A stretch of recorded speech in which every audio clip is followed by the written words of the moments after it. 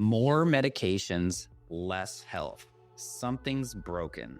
Traditional medicine manages symptoms, but true healing addresses root cause. I'm Josh Rimini, pharmacist turned healer.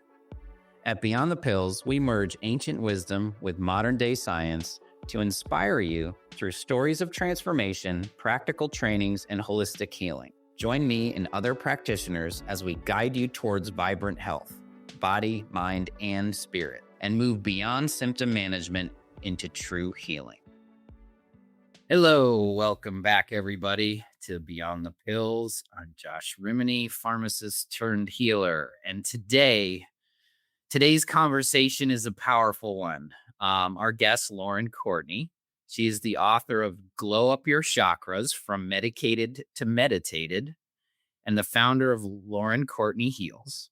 Her work centers on one core truth. Most people don't need more coping tools. They need a regulated nervous system.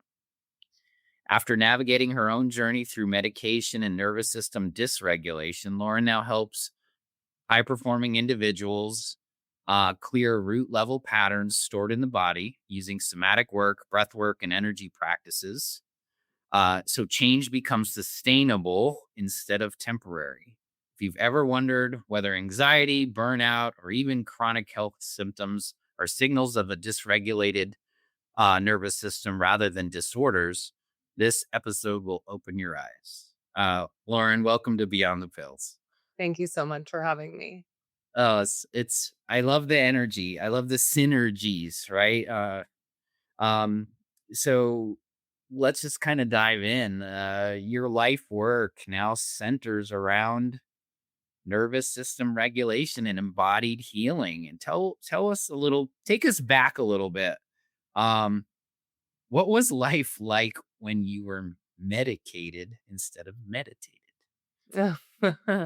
A life medicated was a life filled with anxiety, a life questioning myself. I'd leave a room and feel like people were talking about me. I didn't feel secure. I didn't feel safe within myself. I thought what would make me feel safe was having a job that supported me financially. And I learned that that is not the root of your safety. Uh, Life medicated looks like continuously looping through relationships that did not serve my highest good and ultimately dragged me further down in myself. And unhealthy relationships, friendships, like being willing to stay in situations that ultimately didn't didn't actually match with who I knew on some level that I was on the inside. Like there was this like little light inside at the time. I was like, "You're more than this," and luckily we expanded that light. Well, that's the story that we continuously have with ourselves, right? Like those deeper questions of like the outside world. I had a job, like I thought it was safe, but something underneath it kept asking the intuition, the soul, like was like, there's something more here, right? That Yeah. turning point, something shifted for you, right? It shifts for us when we get to this stages in our lives, which is why I love these conversations. Was there a particular moment or series of moments? Because everybody gets there in different ways. And I love the stories of transformation. So what really kind of made you realize that the coping side wasn't enough? So it's definitely a series Yeah. of awakening moments for me, and it's interesting because I think we continue to go through them even when we are awakened. It's like, "Oh, let's wake up a little more," but going from the medicated to meditated really began. I was working in corporate America and had to have the third jaw surgery in a series of surgeries for TMJ ultimately. And the third surgery I had was reconstructive jaw surgery. At 24 years old, my jaw was broken, rubber banded shut. Oh my gosh. Yeah, good time. I was put on a leave of absence for work, and it was the first time I was, like, out of a chaotic work environment as an adult, right? I went straight from college to working in New York City, and I was working at a talent agency at the time. It was a lot of pressure. There was a lot. And it was the first time I was home and, I was getting paid, so I didn't have to worry much. And I started having this inner knowing that I was here for more and I should do Mm. the right job and do something different. So it was kind of the start. And from there, I left that job and decided, okay, I'm gonna get a 9 to 5 job, which don't exist, at a PR firm in actually it was financial and healthcare PR. And I went to that job and that inner voice started getting louder and it started being, you're here to help people heal. I was like, I'm here to help people heal. Like, what does that even mean? Like, I'm here to help people heal. And it led me to actually starting a blog, my first blog back in the blogspot days. And I started cooking and talking about food on this blog. And my dad was my biggest reader and the one who was always commenting and liking. So I was like, I don't know. I feel like there's something here, but I'm not sure. And that turned into me starting to make food for myself. I was sick of paying 15, 18, $20 for a salad with avocado for lunch in Manhattan when I was making, $40,000 a year. I was spending it all on my salads at lunch. And I started cooking for myself. And a coworker asked me to start making her salads because she liked how mine looked. And then two coworkers started asking, and then three. And all of the sudden I was like, maybe there's something here. And I kept getting this advertisement for the Institute of Integrative Nutrition because back then on your blogs, these ads would just pop up. And I clicked on it one day and I can't remember the cost of the school, but immediately I was like, nope, can't afford that, can't do this, and kind of shut down that Yeah. message and that light. Well, the universe had other plans because I was out at a bat mitzvah and I broke my foot. Someone stepped on my foot and it broke, and I had to take yet again another leave of absence now from this job. And while I was out of work, I decided to enroll in the school. I got a credit card. I said, I'm going to do it. I'm going to figure it out. I enrolled and then I got a call from my office that they were going to let go of my position and I would be out of a job, but I'd get unemployment. So I said, okay, I have no choice but to figure this out. I enrolled in school. I ended up getting a part time job nannying while I was going through this program. And from there, it led me to connecting with a friend who was in recovery. And he told me about friends opening high end recovery homes in Manhattan. And I started working as a private chef in high end recovery homes around Manhattan. I started with Wow. yeah, like, That's a full circle moment. very much because I was really good at making reservations, not really making meals for people. So it was shocking when they wanted to hire me, and their whole thing was, "If you wanna take a chance on us, we wanna take a chance on you." It was 3 men running the space, they really needed a feminine energy in there, Yeah. and I said, "Okay." And I had mishaps, like, the first time I cooked chicken thighs, they weren't fully cooked through, and they let me stay.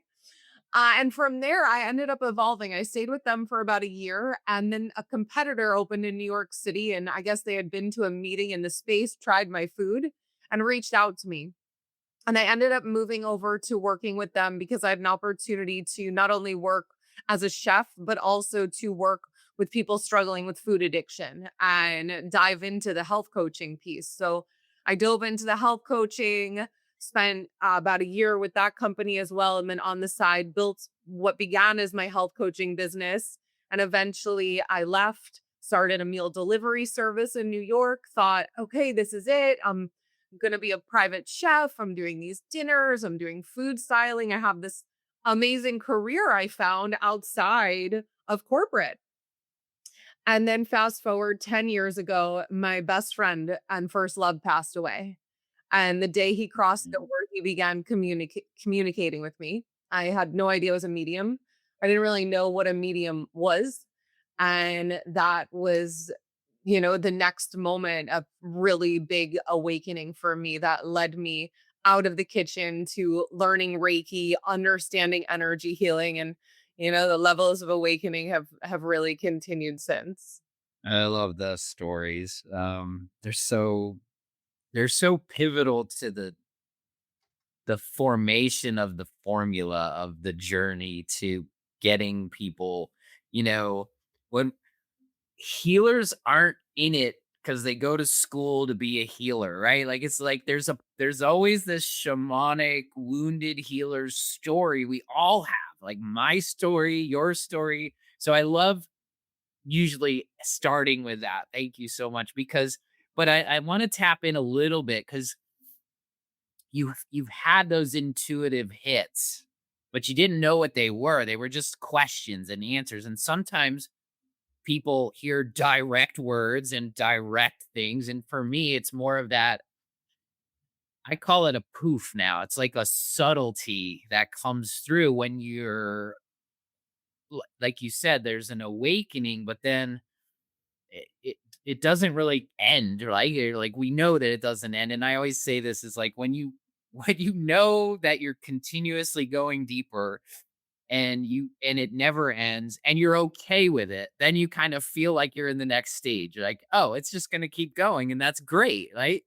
So you started hearing these messages, you started getting more of these callings, and I love the kick in the pants by the universe, right?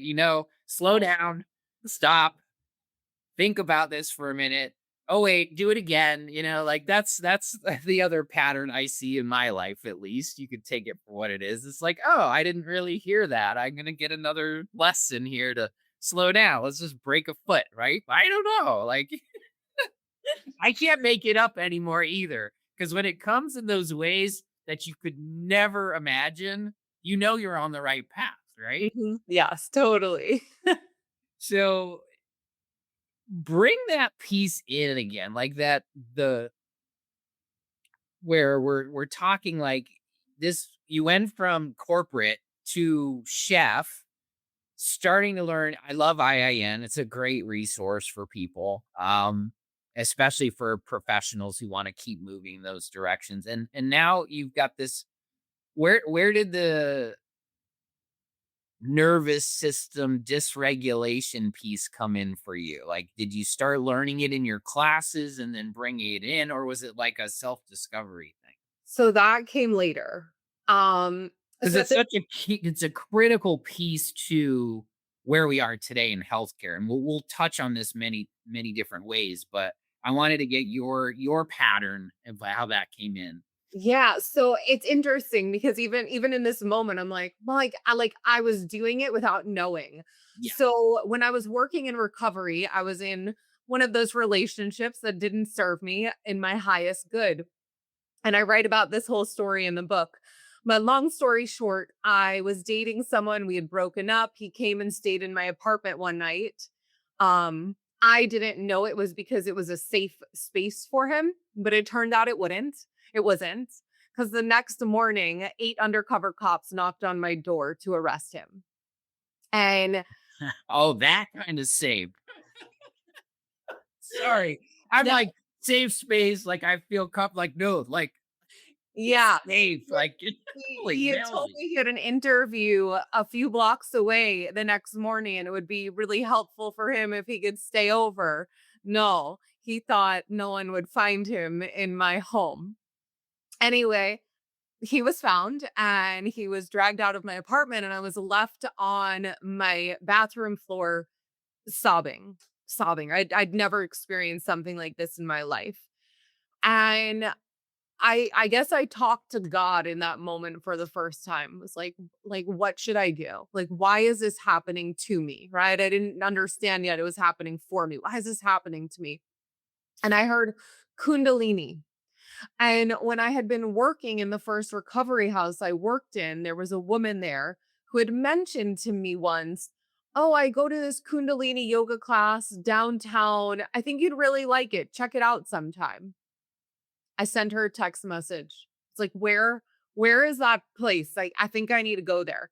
And I went to this Kundalini yoga class that night, having no idea what Kundalini yoga was, that it's this series of movements to create a desired outcome, different than a vinyasa flow type class.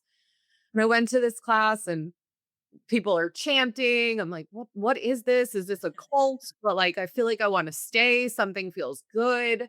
And I do this series of movements. Then you lay down, and at the end of class, they play the gong while you're in Shavasana.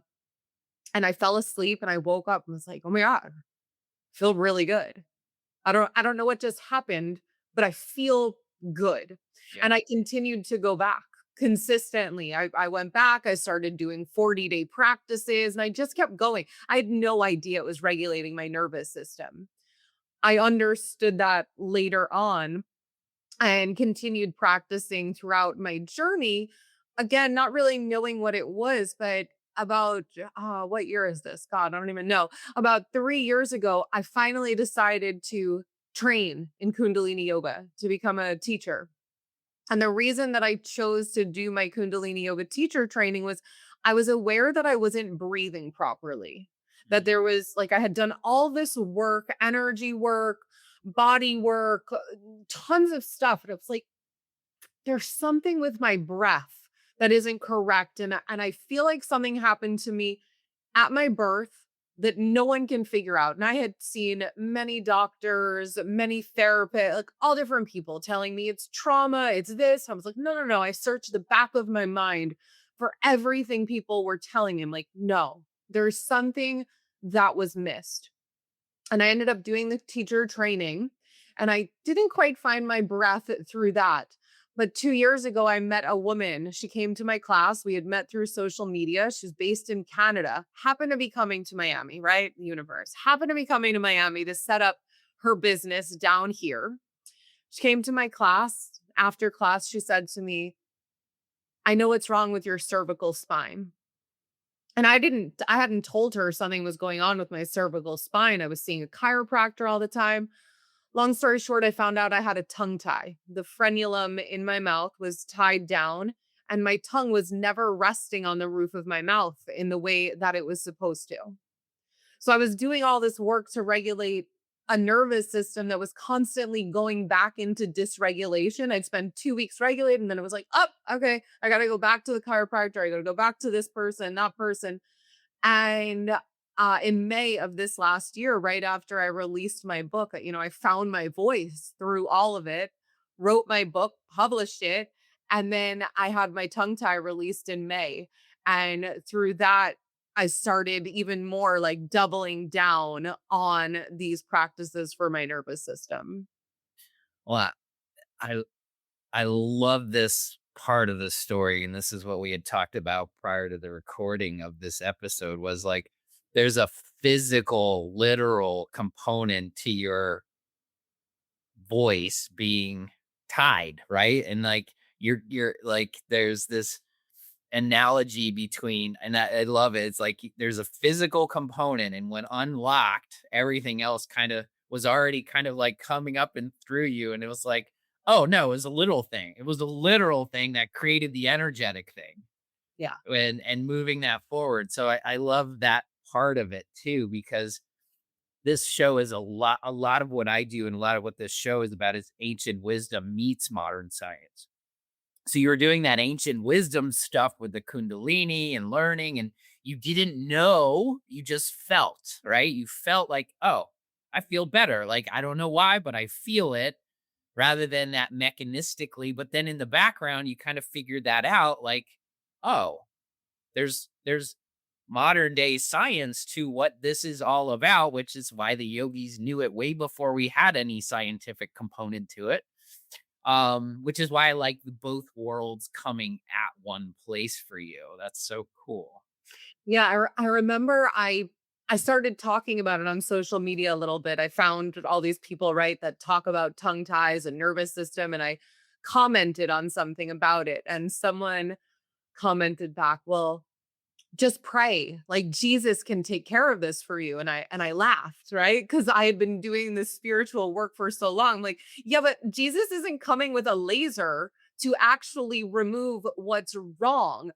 I did the work through my connection to God, Holy Spirit, Jesus, angels, guides, loved ones, etc., to find the answer, right? Like, Yeah. so you can be guided to water, but then are you going to drink the water? Or are you just going to stand there and die of thirst? Like, I literally was begging to find the water. And if I just was like, oh, I found the answer, but now I'm going to do nothing about it, Yeah, I'm gonna wait for Jesus to find the water for me. It's right in front of like that joke of like the person that gets rescued. He's like gets dies, and the Lord's like, I gave you all the signs you needed. Like, did you not want to take one, two, or three of these options? I was like, Exactly. yeah, I totally tracking that. Yeah, and it's interesting because the specialist, the surgeon who ended up releasing my tongue tie, trained under my first surgeon who performed my first 2 surgeries when I was 17 and 21. So I was able to talk to him and understand that it was something that they weren't looking for back then, because I held a lot of anger and resentment. But when I got the diagnosis, I remember my dad came with me to the appointment because he didn't understand it. He's like, I need to understand. Like my brain needs to understand what's happening. Because Left my brain parents dads back then, always. because my parents back then thought they were doing what was right for me, and they were based on the information. So when I got the diagnosis, my dad and I are standing in the waiting room after, and I look at him and I was like, I feel so vindicated. And he was like, "Well, I don't know if that's the right word." And I was like, "Well, that's the word that just came through me and that I don't use often." And I was like, "It's not that I'm upset with anyone. It's that I am so proud of myself for continuing to pull the threads because I knew that something was wrong and I didn't have to live this way." And I kept pulling until I found quite literally the thread. Well, what's so important for that message, and thank you. I want to honor that because in my world and in other people's worlds that I know and trust and hear about their stories is it's for you it was that, but for someone else they're trusting what they know, not what they there's a knowing, right? It's not an intellectual thing. It's just a knowing. Like you've said it many times, like I just felt this way, or I there was something about it didn't resonate. For me, that's the word I use a lot. It's like if you're not aligned, it just doesn't feel right for you, like turn it a little bit because you didn't give up, right? It wasn't this giving up of like, I'm gonna just do whatever the doctors say and this and that. It's more than that. It's like you're you keep going until it presents itself in the way and manner it was supposed to and in the divine timing that brought you to what you do today, right? So Totally. I want people to realize that piece of like until it aligns with you, the person, like keep going. There's so many ways to and who would have known that, right? You just said it beautifully. Your parents did the best they could with what they had. Nobody was literally looking at and I love how you say that because you can't like my my analytical goes into this stuff too because I've been a student of stress for my whole life and I've been looking at these things in different ways. But when you can't rest your tongue on the top of your mouth, you can't get into parasympathetic tone. Like that's why when you hum and you put the like it's the first part, like you said, I wasn't breathing right, but it was literally from the very beginning, but you didn't know. But you kept like there was this like that piece that came up and you kept listening to that. So I want people to really take that to heart as not your specific story, but that what came from that, which is I think is super critical and impactful here. Yeah. It's been Because here you are, you're looking at these things from a different light. And you're seeing these things and looking at it from that place. And I want to talk a little bit about that now, like somatics, breath, energy. These are and tying that into outcomes, right? Because that's what we're really here to do is move people through. But for someone new to this world, what is this somatic work really like for you? For me, it's all about coming back to your body. I was really disconnected from my body without even knowing. And I bring it back to the Talk trauma. about that. I want you to expand that because I think when we say these words, they kind of get skipped over, like literally getting back into your body. Yeah. So from a chakra perspective, we have three lower chakras: the root, the sacral, and the solar plexus. The heart is the bridge, and then our throat, our third eye, and the crown is these higher chakras. And I was living outside of all of that. I was so detached from my body. And what I mean by that is, for 8 to 10 years of my life, I was medicated. Starting when I was a freshman in high school, I was put on Adderall. When I had my surgery, my first one for my jaw, my senior year of high school, I was put on painkillers, muscle relaxers, anti-inflammatories. And on top of that, I was consuming cannabis to deal with the fact that I had no appetite from taking Adderall. So I wasn't connected to reality. I was living in an altered reality, which was very much outside of my body, because ultimately I didn't feel safe in my body. And the reason I didn't feel safe in my body, for me, I find, is twofold. When I come back to, like, what is the body, it's, again, coming to those lower chakras. And the root chakra is formed at the same time as the subconscious mind, 0 to 7 years old. So for me, I was living in physical dysfunction with a tongue tie. I had stomach issues as a baby. I was colic. I used to throw temper tantrums that I now understand were related to the fact that I am deeply empathic, and my parents didn't know how to hold those emotions because no one ever did that for them, because they grew up on in some level of dysfunction as well, which is then was brought into my life. So there was the physical dysfunction of what was going on in my body, as well as the mental emotional dysfunction of simply being a human, right? Like, being a human growing up with other humans that are doing the best they can. So I was disconnected, and I was using pills and plant medicine to regulate a dysregulated nervous system. But I didn't know any of that then. Yeah. I was just living disconnected from reality, and floating through time and space. Well, So and that's a big piece because I think, this is the Beyond the Pills podcast. Like, we're not dis we're not vilifying medication, but we're talking about w- the way you felt, masking all those symptoms, right? Masking the symptom of attention, masking the symptom of all the jaw pain, and like just blocking the symptoms, but not getting anywhere. And then creating, this is the fun part of big pharma, is like taking something to get over the side effect of another thing. There's actually FDA approved drugs now for side effects of other drugs. It's amazing how we can like go to the place of, we'll take an like, and you get stuck in that realm, right? It's not the wrong realm. It's just, it's not complete. That's what I keep saying now. Is like, completion means your body's telling you, and we didn't know all these things when your parents and my parents were around. Like, we didn't know that kids could be super empathic and they have all these feels, and they're just tuning in different ways. And like, so I love that perspective today because I've gone through that and my children are in that space, and it's like, oh, you're just hearing them from a different perspective now. And so thank you for bringing that up and looking at it from that perspective. I also take a look at this from like the mind body connection. We know it's real. Like, you can say chakra, and if you're left brain and more analytical, you could just say energy centers, because they're all physical spaces in our body that are connected. And breath and energy practices that regulate. Do you I love this conversation, so I love having other people talk about it. Do you think that the ancient wisdom is catching up to the modern science, or do you think the modern science is catching up to the ancient wisdom?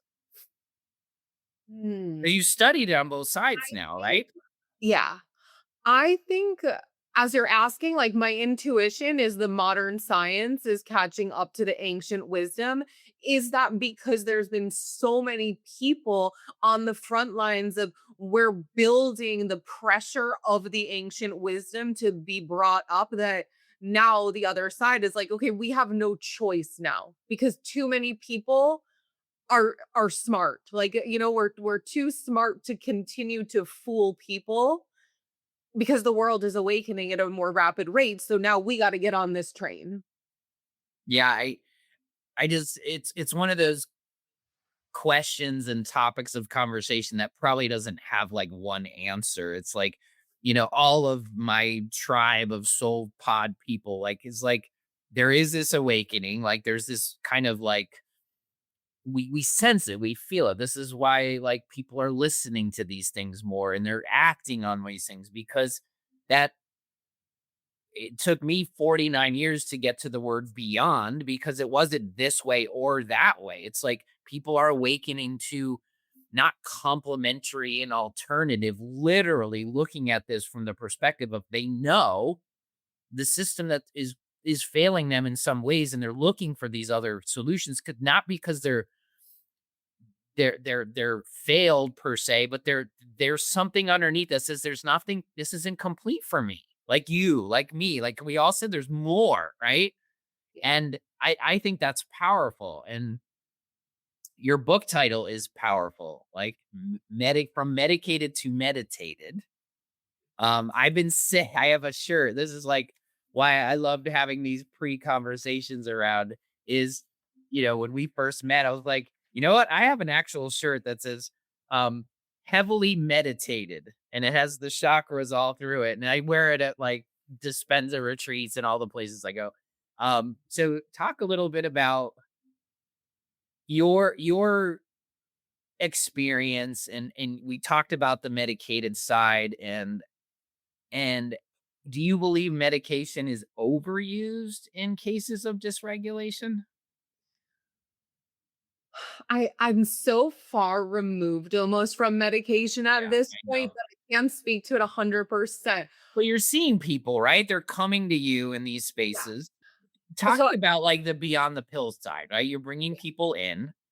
You're coaching them through these things. Some people can be medicated. They're masking their symptoms, but you're seeing trends now, right? We're seeing that we're moving. People aren't really satisfied, and I've been a pharmacist my whole life, but it's like we're not satisfied with just the pill for the ill anymore. And this is a big one for me, because I believe the tools we use in lifestyle, the tools we use in breath work and energy, and all the things we've been talking about today, like they're really impactful in the spaces that we're talking about with stress and nervous system dysregulation. And so just wanted you to kind of breathe that a little bit, and you know discerning, you know, where people navigate this, because it is their way to navigate. Do I take a medication? Do I continue? Is there something else I can do? So talk to people a little bit about your process. yeah, so I have I'll talk about one of my good friends, one of my best friends from growing up. I could consciously see over the last few years physically that she was holding on to stuff because I saw her weight go up.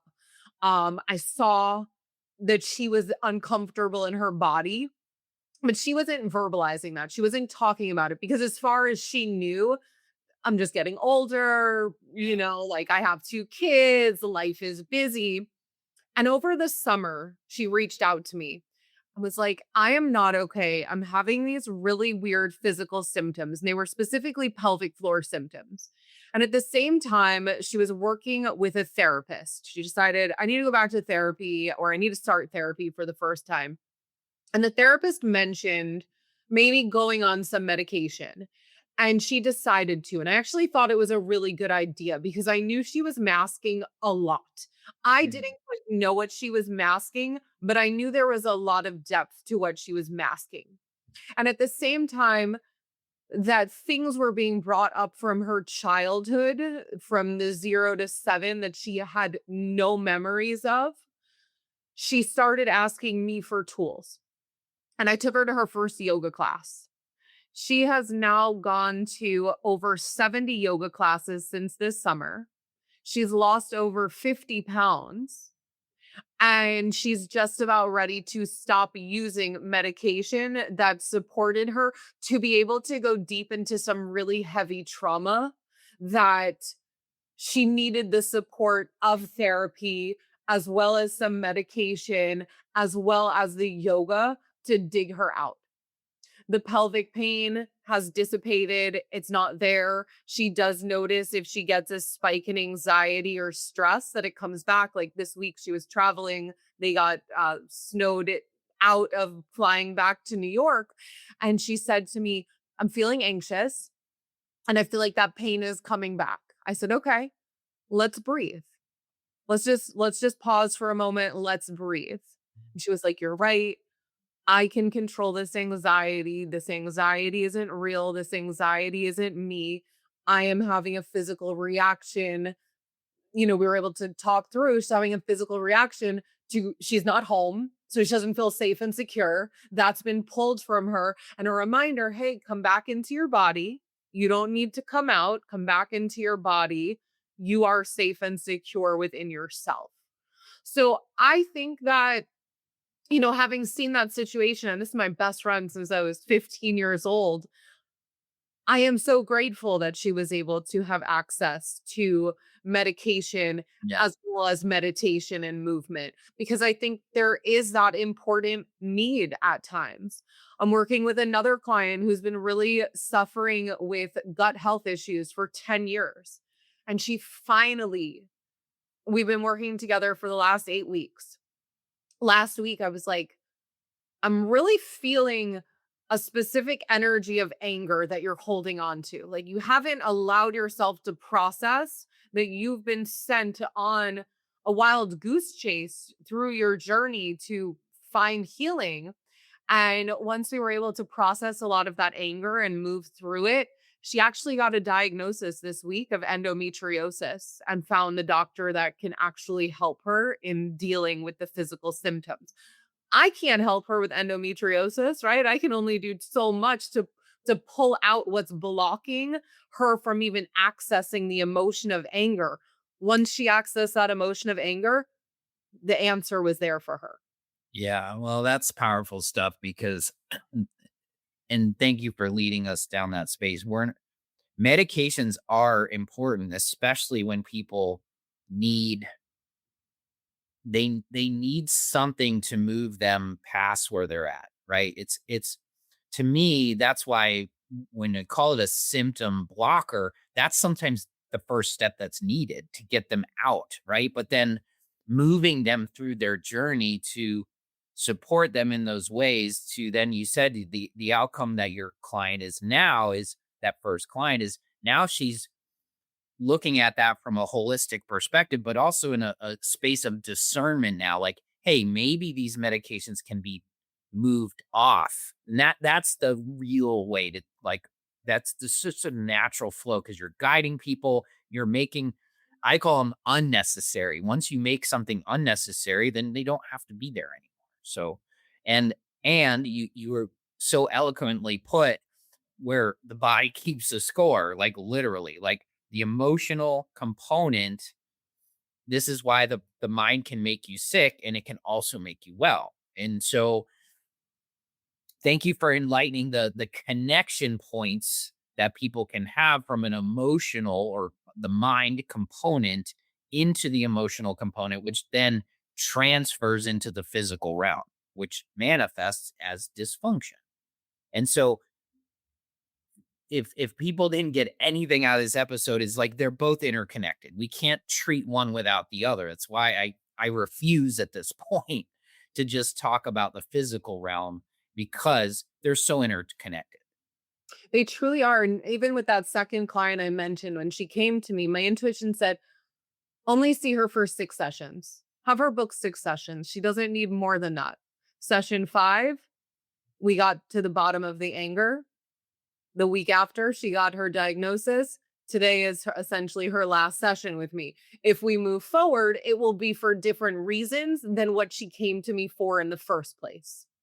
Don't you love the how the stuff always works out? Like you don't bring intuition into like the factual realm. Like, oh, I was told 6, you're gonna do 6. It's like, no, like that's just the feeling I had. And then all of a sudden it's like, hey, look, it worked. It's like, oh yeah, I like that little like the little, oh yeah, nice. Thanks, God, universe, spirit. Um, Exactly. well, let's talk a little bit about the book, and what inspired you to go from this is who I am, this is what I do, to physically writing something and publishing it and getting it out there. So this book I had kind of envisioned over the last 8, 9 years, but it started as Glow Up Your Chakras, the cookbook. It was really about eating for your intuition, recipes for your chakras, and a bit about my story as to why I even talk about eating for your chakras. And then I had drafted it years ago and it was shoved in the back of my Google Drive somewhere. And in 2021, my grandmother passed away. And she came through to me very strongly and said, "You need to stop working so hard. You are going to burn out. You need to write your book." I was like, "Oh, well, that feels like very direct orders." And this was at Sometimes that's how it works. And this was at the same time that I was trying to figure out my breathing and what was going on with my breath. So I was once again, right? Like, I'm not breaking my foot. I'll listen. I will slow down. So I started slowing down, doing more breath work, getting deeper into my healing, which led me to the Kundalini. I went on 3 breath work retreats. I went and studied with a former Navy SEAL and his body work technique just to really understand. And at the same time, I started having this inner knowing that the book wasn't so much a cookbook, though I did include recipes, that it was going to be more of a healing book and it was going to be healing through storytelling. So it became a memoir meets chakra healing experience filled with knowledge on eating for your intuition as well as recipes for your chakras. So once I had that knowledge, it became, oh, all of the stories that I have held on to in my body are now being released. So they're no longer living inside of me, right? Like we just said, the body keeps the score. I remember saying years ago, like, not that I'm planned to run for president or anything, but I was like, I'd never run for president. I wouldn't want people to know my stories.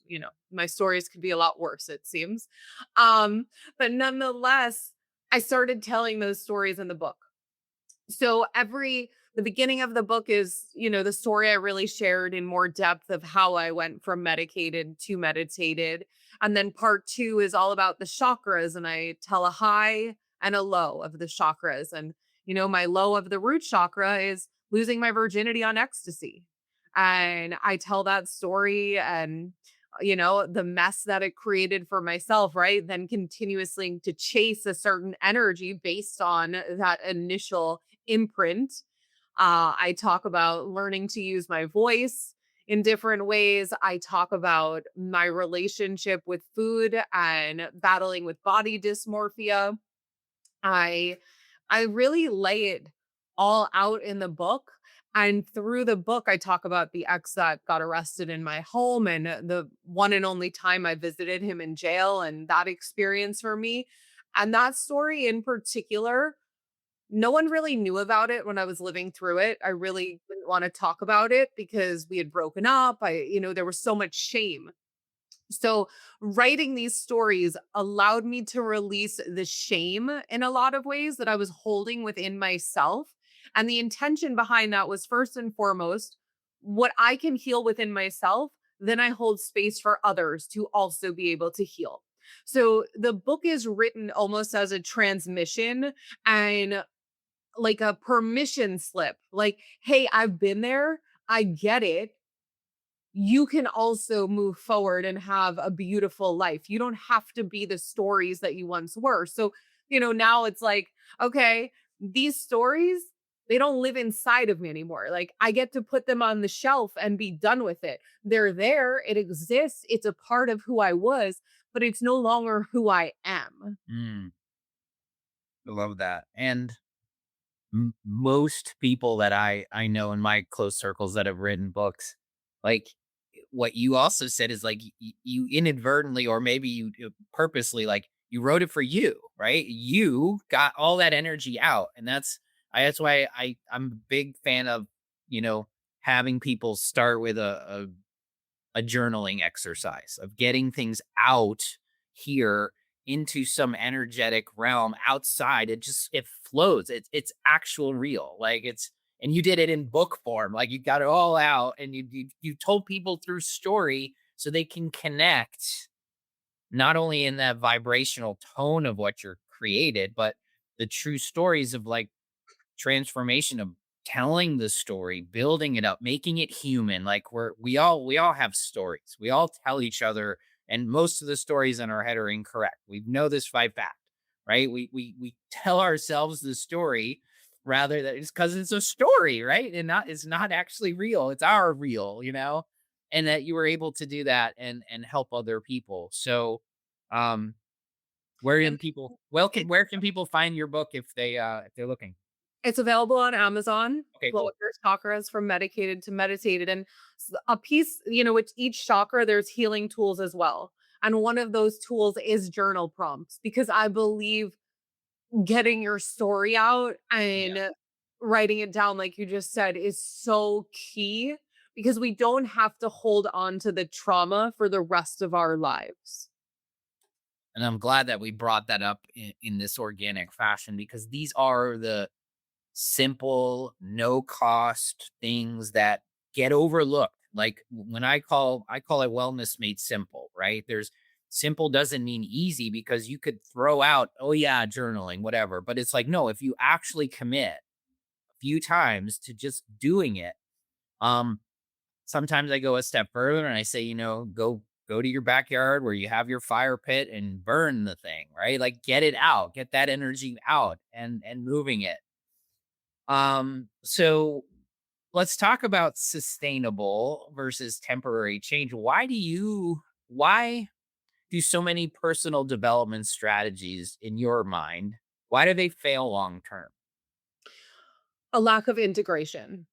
Mm, I think that's the biggest thing that I've learned, and I've worked with plant medicine myself, specifically frog medicine.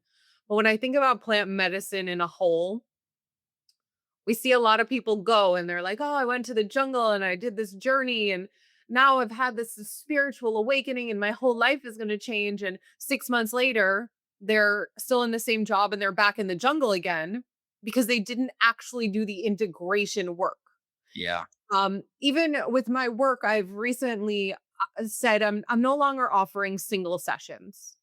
No, I can't offer you a single session because it might only be two, right? But we're gonna bring to the surface what needs to be brought to the surface. And then we need to spend time integrating what actually came up. Otherwise, I am doing you a disservice. I love this piece because it expands outside of the realms of plant medicine, right? We talk a lot about plant medicine on this podcast, and people are very aware. And I do that same thing. Is like if we're not integrating, I can't help you because it's such a key critical piece of the journey, right? There's preparation work for any type of growth. There's journey work, what you're doing in the actual moment, like that visit, right?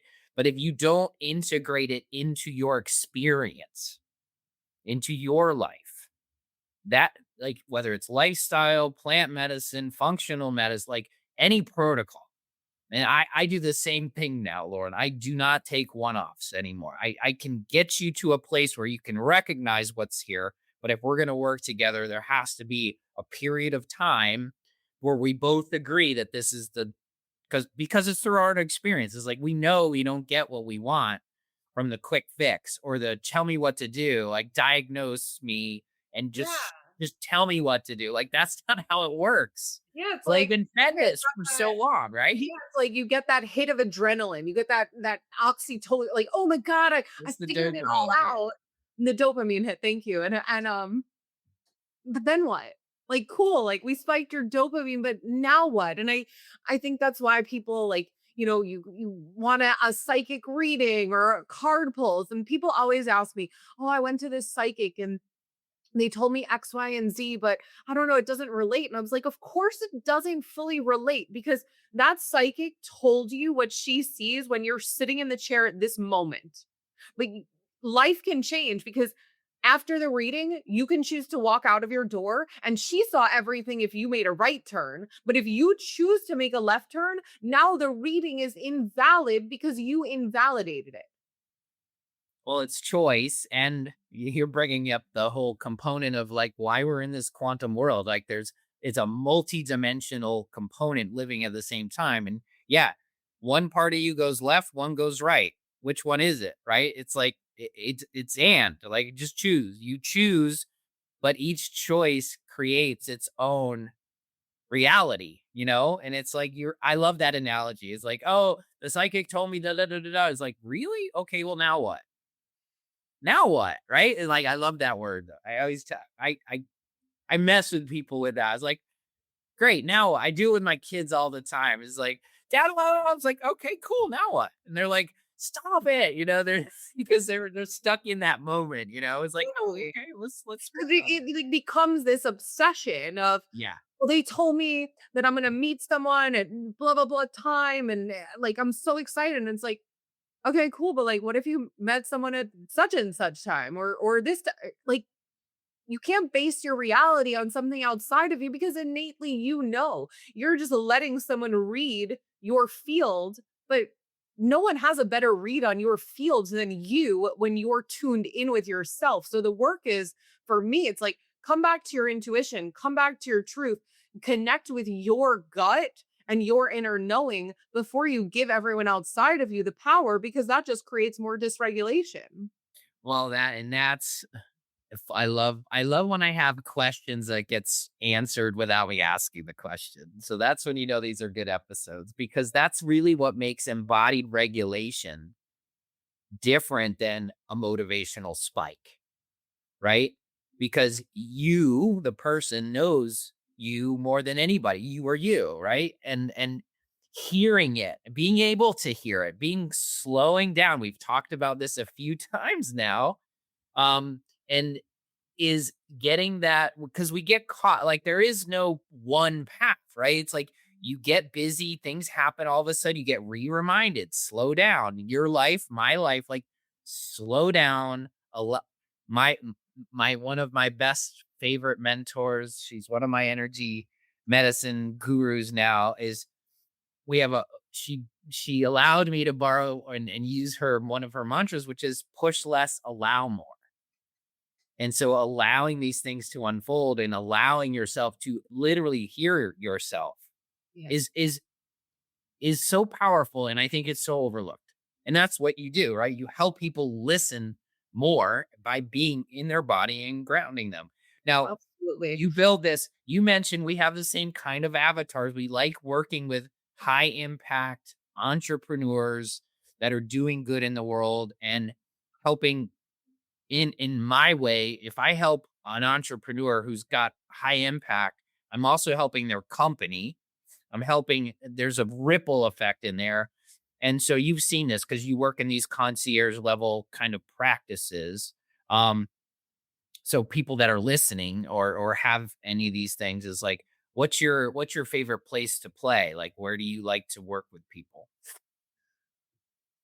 I'm feeling called more into the arena, like quite literally the arena of sports and athletics. Hmm. That door hasn't fully opened yet, but right, let's speak it into existence because I know that's the arena I'm entering into next. That really excites me because when you're working with people on that level, they create a massive impact, not just to their company, but to the world. And it's like, okay, well, how do we expand this out to the world and make the impact in that way? Well, the people they pay attention, right? There's this thing, and it's fun. I think there's a funness to that. I was actually thinking about that the other day. I have like these really awesome technology that I'm bringing in. I'm like, this would be great for sport. Like people like and so there's this kind of piece in there that like makes it kind of fun too. So I'm glad that you're leaning into that a little bit more. I'm sure it will unfold in the way you want it. You need Yeah. it to. If someone's listening and feels this, they don't feel right, there's something more, they feeling dysregulated, whether it's anxious, overwhelmed, burnout. I always like to give people what's one simple thing they can start with today. I think that the one of the most simple things is breathing. And it doesn't have to be a complicated breath, right? It could just be what's called box breathing. So you'll inhale for 4 counts, hold for 4 counts, exhale for 4 counts, hold for 4 counts, and then repeat that cycle. Inhale 4, hold 4, exhale 4, just to regulate your breath, because our breath is quite literally what brings us through life. If we're not breathing, we're not living. So, and it comes back, right, to what we've been saying. Slow down, breathe, slow down, breathe. There's this saying in Kabbalah that I've learned and I always come back to: pause. What a pleasure.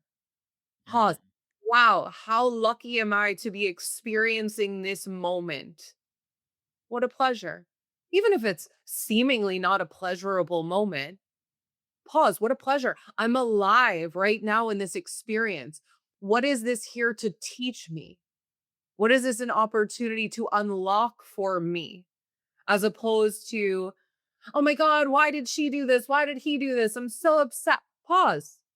What a pleasure. What a pleasure that I get to experience this opportunity right now.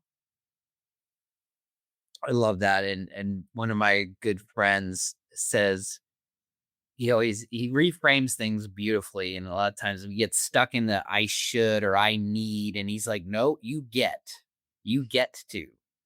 Yeah. And that's it's powerful because if you pause, you're actually pausing to be more present, right? If you're looking at your breath, like a box breath is simple. Uh, but it's like do 3 cleansing breaths. Like literally pause, sit on your breath and cleanse. If you're doing a box breath, I'm going to challenge everybody. Try to hold your breath while relaxing. It's a very different feeling than like actually relaxing in a hold gets that peace. Like imagine holding something like your breath held, but still relaxed.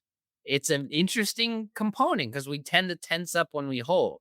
So when I guide people through some simple meditative stuff, I like hold but relax at the same time and see what happens. And it's fun because if you do 3 or 4 box breaths, your nervous system literally starts to to regulate and get into parasympathetic rest and digest tone. That's what it's for. And we don't realize that the breath is so powerful. And you're pausing to say, "Wow, look how beautiful breath is. If I was not breathing, I would not be alive." It's the one thing we cannot go without for very long, right? And so I'm glad that you brought that up and how simple is it? And try it. Like that's the piece I always say, just try it. Like if put a phone reminder, like just breathe. Just breathe. I do it in the shower like when my mind's going, I got to get somewhere. It's like, "No, Josh, stand there and breathe 3 times before you move." Like there's that pause and it's so therapeutic every time I think to do it. So I Yeah. And appreciate it's like we're breathing anyway, but it's an unconscious breath. Like we're just breathing because we're alive, so we're breathing. And when you could bring the awareness to, wow, I'm breathing, it really changes everything. And I guess I appreciate it so much more now that I'm like, oh my God, I can breathe, because for so long my breath was stuck in my chest and so shallow because my tongue quite literally was in the wrong position and I couldn't deepen my breath. So getting to understand how regulating breath can be, and also how anxiety producing it can be when you're taking those short breaths. Oh my God, like what a gift to breathe. Well, and then one of my friends and mentors, he going on deep dives on breath work, and James Nestor wrote a whole book on breath. It's so much more than just the unconscious, like we're just breathing because your automatic system just does it, right? It's like if you literally check yourself, Like, even if you're breathing out of your chest, not your belly, like, and then you look at a baby and it's how natural is it for them to just do the belly breath, and like how quick we get into our own stuff. And so simplicity is so beautiful. Yeah, truly. Thank you. This has been a grounding and powerful conversation. Where can people find you? You can find me online, laurencourtneyheals.com. I'm on Instagram at I am Lauren Courtney. And then, of course, the book is Glow Up Your Chakras from Medicated to Meditative. We'll have those where we just created our community portal, so we'll have additional resources that we're going to connect on for people to do things. Um, this has been fun. Yeah, thank you so much for having me. Oh, it's been great. I love the connection, especially in this day and age, as we start thinking about how do we move in this high stress, high, toxic environment, like these simple things that we can and need to be doing in order for us to grow, to expand, and to heal. So, Lauren, thank you for being a shining light, not only on this episode and this podcast, but participating in who you are and what you do in this world, and telling people about your story of transformation through story. So beautiful. Thank you so much. All right, guys, that was a fun one. That's a wrap. Until next time, stay well. Thanks for joining me today on Beyond the Pills. If our mission to de-prescribe 10 million unnecessary medications resonates with you, share this episode, subscribe, and leave a review. Whether you're a practitioner or someone ready to reclaim your health, visit rx2wellness.com for free resources to begin your journey. Together, let's go beyond the pills and co-create a world of vibrant health and true healing. Until next time, live better and stay well.